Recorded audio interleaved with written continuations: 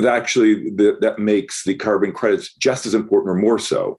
So if you were going to have a compulsory market, let's say across the G20, starting at $20 or $25 per ton, and then moving up to 120 or 130, which are about the prices that most of the OECD, the Bank of England, a variety of other places think we need to be approximately. But even with that, those emerging markets and those providers of credit still need to provide those credits, because no corporation can go from a brown carbon-based corporation overnight. And the shock absorbers are still going to be essentially those carbon credits. And so even when you're being taxed on them, as long as those carbon credits are $1 or more or less than the actual tax, there's going to be an absolute role for that. So the infrastructure and the technology we've been talking about, the solutions, I think they apply irrespective of a voluntary market, or if we at some point in the future move to a compulsory market.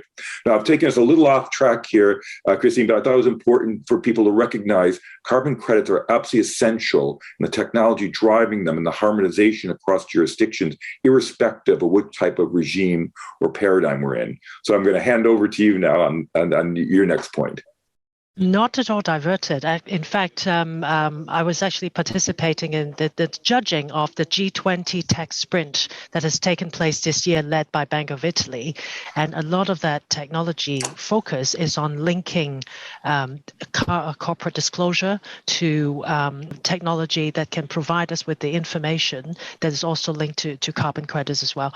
So the point I want to make is with regard to the supply in emerging markets and what they're doing. So if you look at Indonesia earlier this year have piloted and started, they launched a carbon market for coal-fired power plants.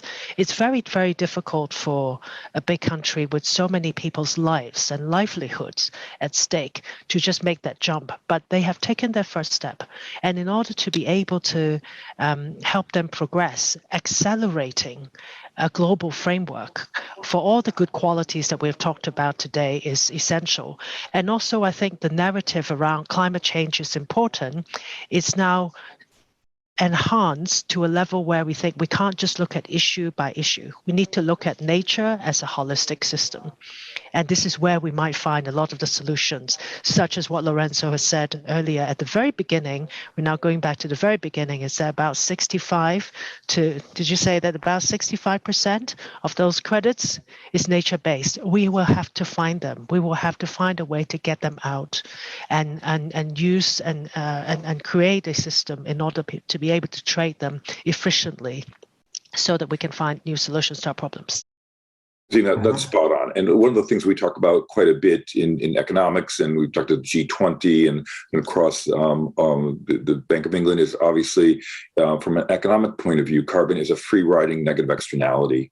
But the problem is the carbon credits, the sink, doesn't have a price on it either. It's a free riding positive externality, and in getting a price on it and being able to unlock that across jurisdictions and be able to get that accounting right and getting the fast movement. And again, I think Lorenzo pointed out price.